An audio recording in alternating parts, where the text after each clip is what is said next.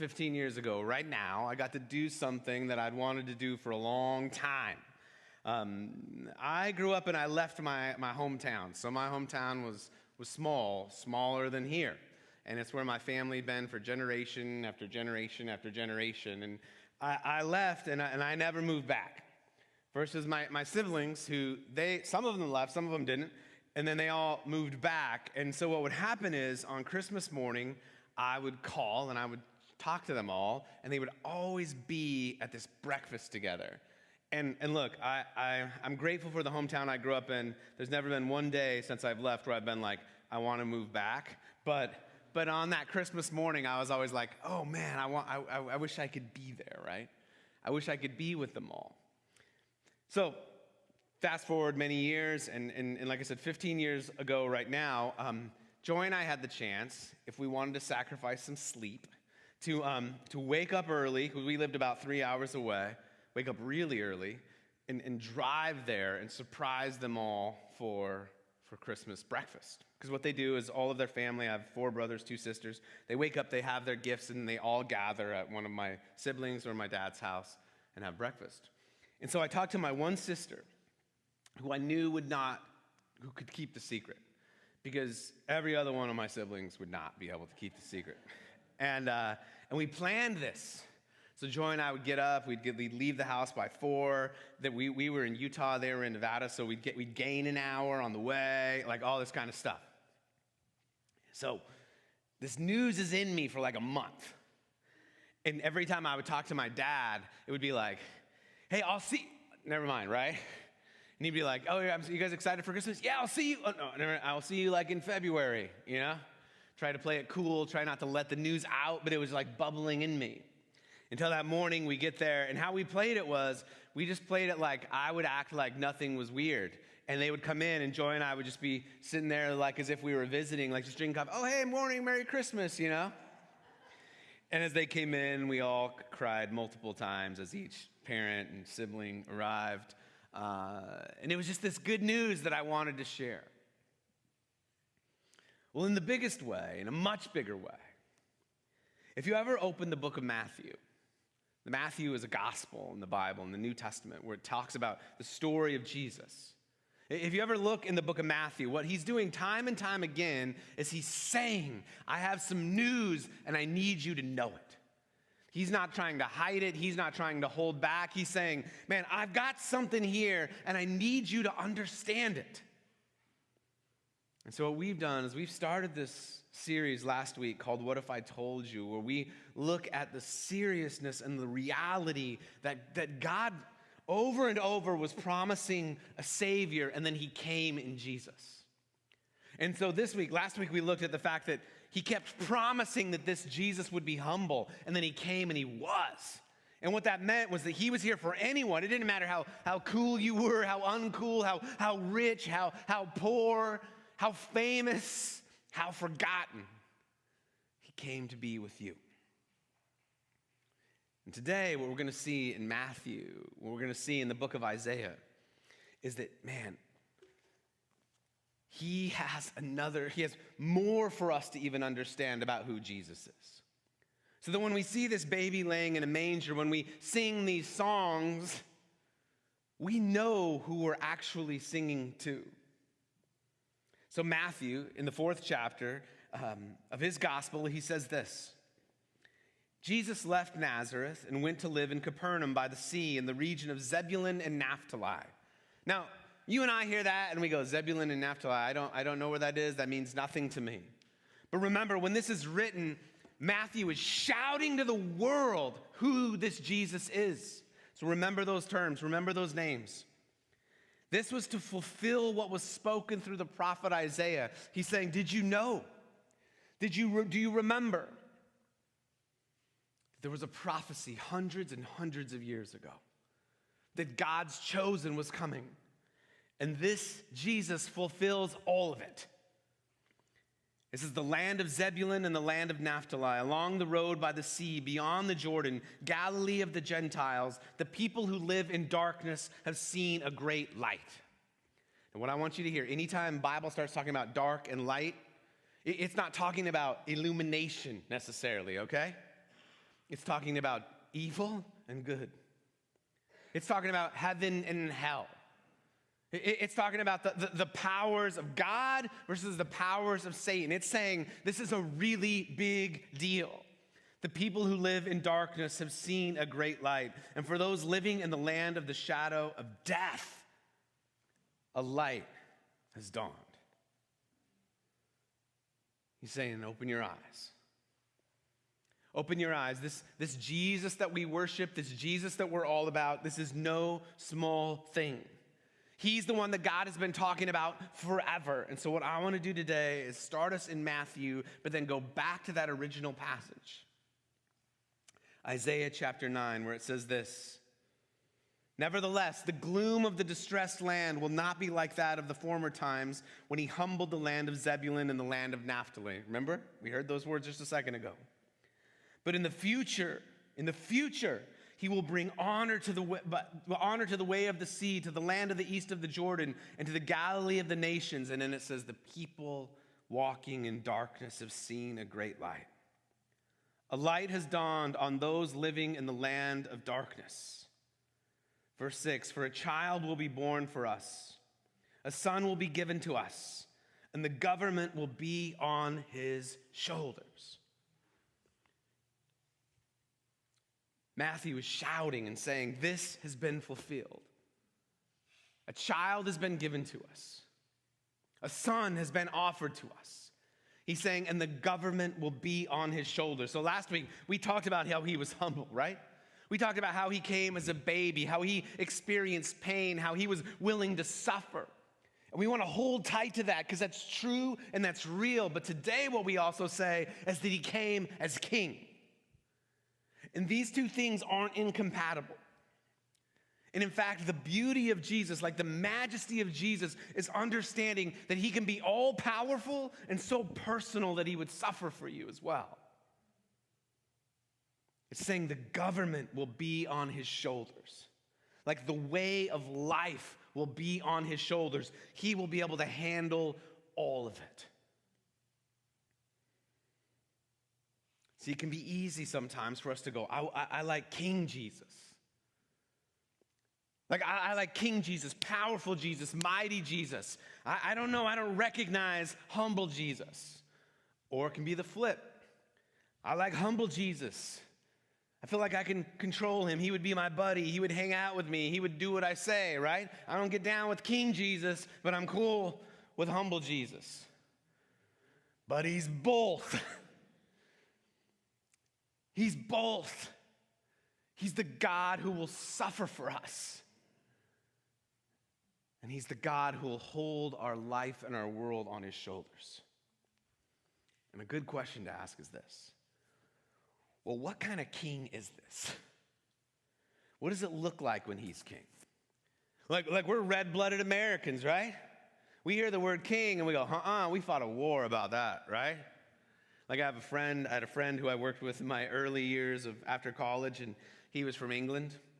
And I used to say, what are you doing for the 4th of July? It'll be the 4th of July. What are you doing for the 4th of July? You should come over to our house for a barbecue. What do you usually do on the 4th?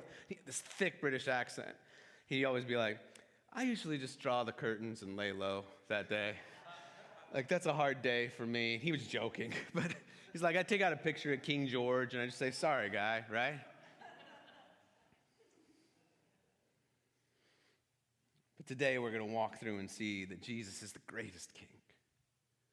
That he is everything our heart needs. He is everything our world desires. The passage says this. The government will be on his shoulders, and he will be named Wonderful Counselor. So the first thing he's called is Wonderful Counselor. So this king, if you want to define him, the first way that God decides to kind of lay this out, it says he will be Wonderful Counselor. So this king, Refuge Church, is your Wonderful Counselor. He is the one that you can run to. He is the one that you can ask. You can flip sides for me. He is the one that you can say, God, I need you. I need your wisdom. I need your direction. He is the one who will sit and listen to us. In Jesus' day, and even in any day really, a king was only going to listen to the people who were the most important to him. He wasn't going to make time for those who were less than. But this king says, come to me. Come to me with your struggles. Come to me with your celebrations. Come to me with your hurts. Come to me with your praise. Because I will listen to this always. He's a wonderful counselor. Do you know what his greatest counsel to us is? He's on his way to the cross. He knows that it's coming. And he gathers his disciples and he prays over them. And he says, I'm sending something even greater to you, even better to you. My Spirit's going to come and be with you. So when we come to him and we're in need of that humble Jesus, he says, don't worry about it. I'll always be with you. When we come to him and we're in need of this powerful king, he says, no, I'll always be with you. Even when he gives us our great kind of marching statement, our mission statement, where he says, go everywhere and tell people about me. He says, and do you know what? I'll be with you the entire time. I'll be with you until the end of the age. See, this king sits on his throne, and he is all powerful. And he says, I'll counsel you. I'll listen to you. I'll hear you. This is why Christmas is not just a tradition. It's not just a sentimental moment. It's a revolutionary moment where the baby shows up and the world knows now it has a legit king.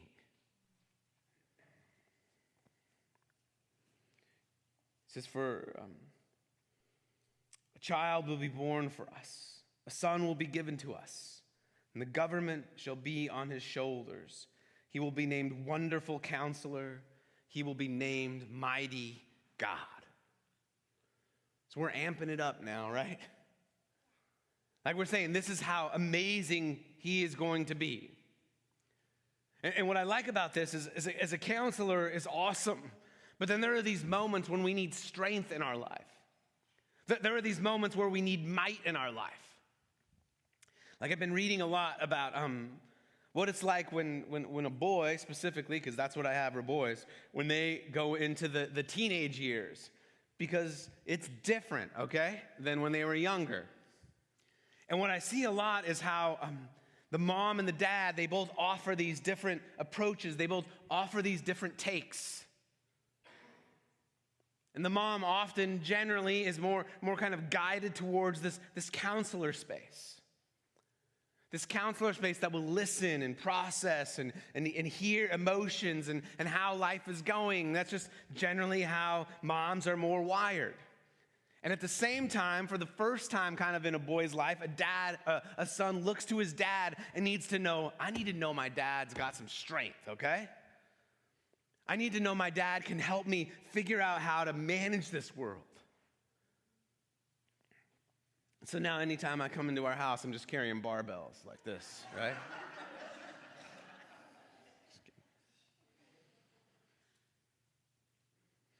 But what I love about this is we need a God who's a counselor. We need a God, we need a king who will listen to us. But we also know we need a king who can conquer, who has strength. See, my favorite thing a lot is that Christmas is this like beautiful picture. It's like this awesome like nativity. And we go like, oh, which is great. It's true. But it's actually this defiant declaration that God is waging war. That he is mighty, that he is strong, that evil will not stand. Like when the angel of the Lord shouts, like that's a battle cry. You see in here, right, in both Matthew and in Isaiah, they're like the people who are walking in darkness have seen a great light. Do you know how many people in this room could say that for themselves? That at one point they were walking in darkness. Me, I was clouded, I was blinded, I was hard-hearted, I was selfish, I was all about this guy. And I was cloaked in darkness. And then he allowed me to see a great light. This is the story of following Jesus. This king is mighty, and he started to rip apart the evil that was in me, conquer that, get rid of it. Some of it he got rid of quickly, and I haven't seen it again. Others of it, it still crops up, right? But he's still strong enough. He's still mighty enough. See, Christmas kind of warms us inside, and I love that, but I also want us to see this as battle cry. Because right now, all of us, every one of us in here, we have things in our life that we're not stoked about, that we're not happy about, that we're going, I need a mighty God to overcome this. So what do you need conquered in your life right now? What do you need to bring to the king? What do you need to offer to him and know he's the counselor? He'll hear it and then he'll go, let's go do something with this. Is it bitterness that you can't let go? Is it feeling like you're nothing?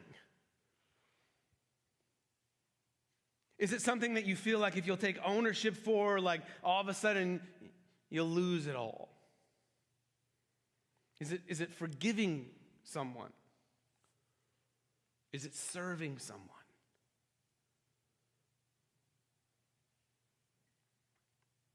Guys, whatever it is, this is the day, this is the time. I don't know if there's even a more appropriate time than to come and know you'll have a wonderful counselor that'll hear you. You'll have a mighty God who will lead you into conquering it. That's why for Christmas, first time I've ever done it as a pastor, but I was like, this is the series. We need to have the baptistry filled every Sunday. And we haven't done it like we normally do, where we have people sign up ahead of time. So I just want you to know, like, if you're feeling that today, like, we'll get in there, okay? I always want to lie to you and tell you it's warm. It's not, okay?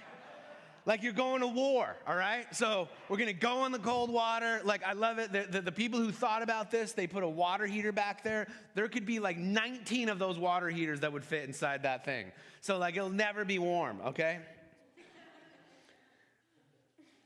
But I can't think of a better time. Like, I look back and go, like, man, to be baptized during Christmas when God shouts, I ain't messing around. Like, after that silence Brittany talked about, and he's like, now my son is here. And man, he's going to be humble. And he's going to listen, and he's going to love, but he's going to be mighty, and he's going to conquer. And he's going to show everyone that they can grab onto him, cling tight to him, and he will lead them to deliverance. Your king is a mighty God.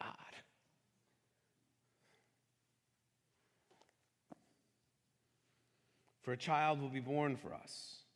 A son will be given to us. And the government will be on his shoulders, and he will be named Wonderful Counselor, Mighty God, Eternal Father. One thing you learn, I think, young, is that in this world, it seems like things can only last for so long. Like they can be great for a minute, and then all of a sudden they can go sideways. A hairline, for example. But what I love about God's promise in Jesus is that he says he's going to be an eternal Father. And I'm not going to spend too much time on this because actually the bulk of next week is about what this actually means for us. But I want you to hold on to that today. Because I asked you to be real with yourself a few minutes ago, to like kind of lay your do an audit essentially on your own soul and go, what do you need a mighty God for right now? What I need you to know is this mighty God, he's like an eternal Father. He's not going to leave. So if you're able to find victory in that struggle today, but then it creeps up tomorrow, you go to find him, he's still there. He's not like, sorry, I'm a Monday through Friday kind of guy, right? He's like, no, I'm still here. And what you'll find is that in 10 years, he'll be still there. In 20 years, he'll be still there. In 30 and 40, he'll be still there. If that thing creeps back up, he's not the God who goes, again? He's the God who goes, I'm with you. It can be tricky. We talk about this when this word comes up. Anytime the word father creeps in, because we've all had different relationships with our dads. But what I need you to see is the definition of how God is revealing Jesus as an eternal Father. Remember, he is the God who was humble. He is the God who was wonderful. He's the God who's a counselor.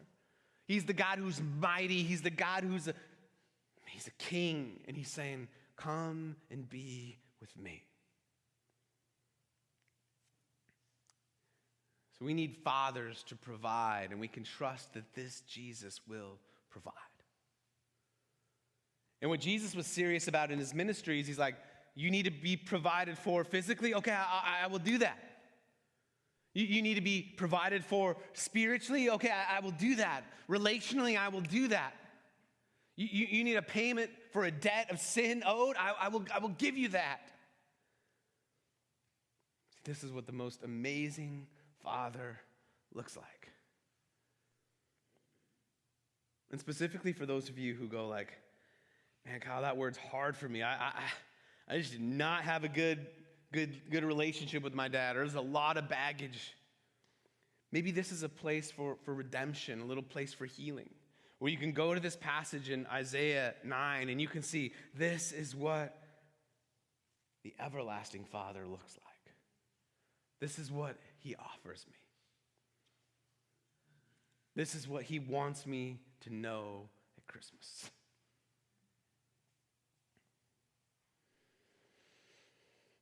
Isaiah finishes and he says this. Remember, guys, this is about light invading darkness. This is for a child will be born for us, a son will be given to us.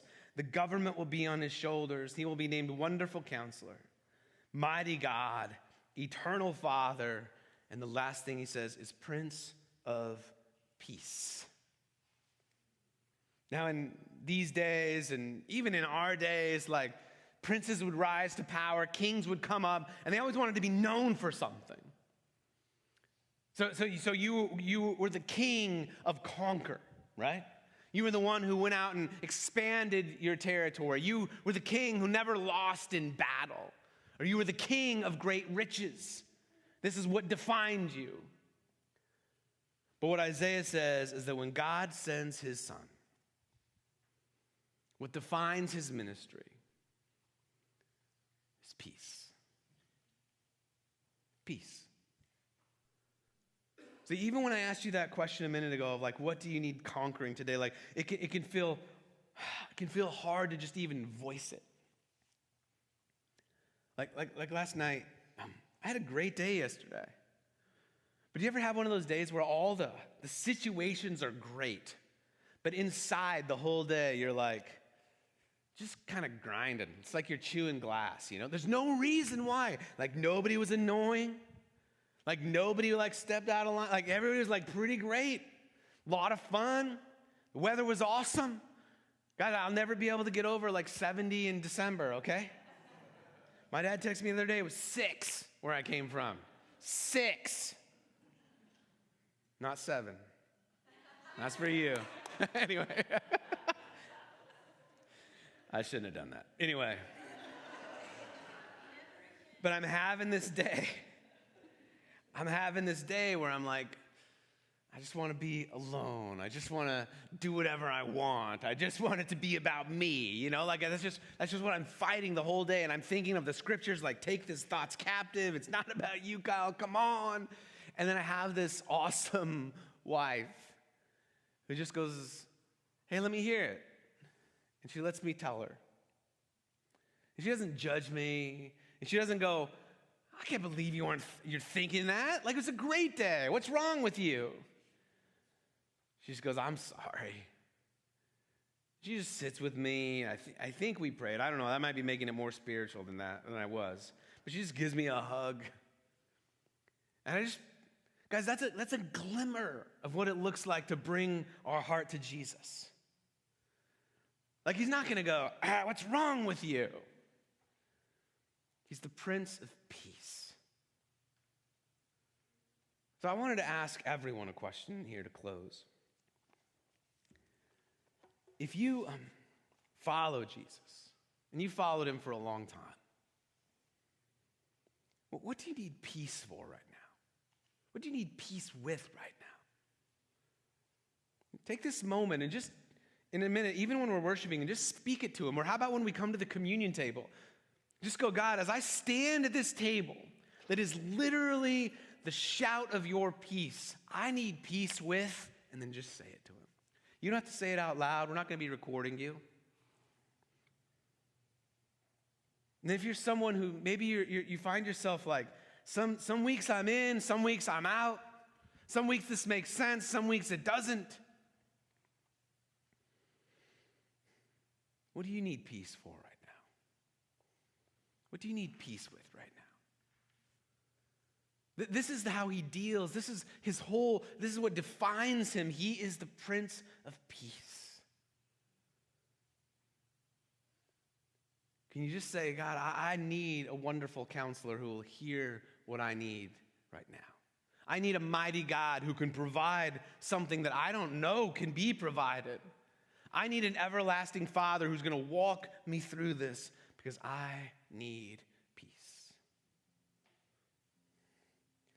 And then if you're someone who's never followed Jesus, never said like, I'm in, I follow you.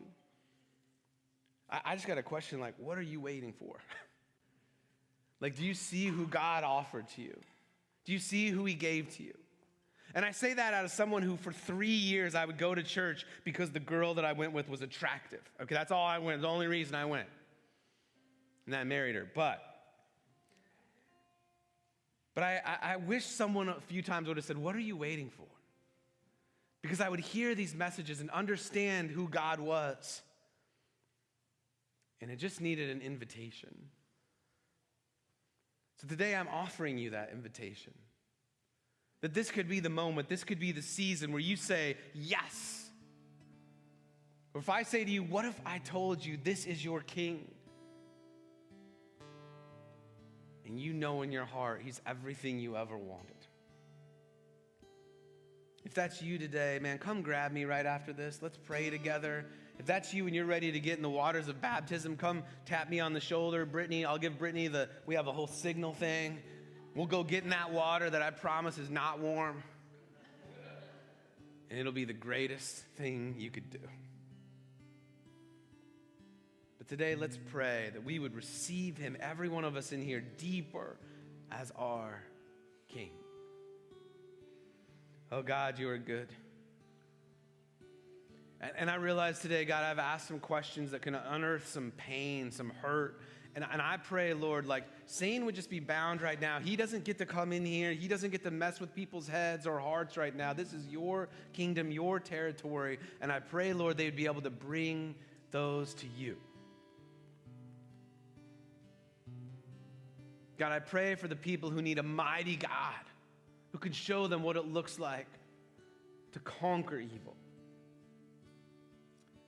I pray that they could trust you today, to give you what is ever in their heart or on their mind that's weighing on them.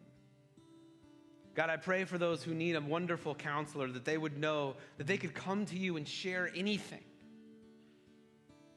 And you won't meet them with disgust or shame or indifference,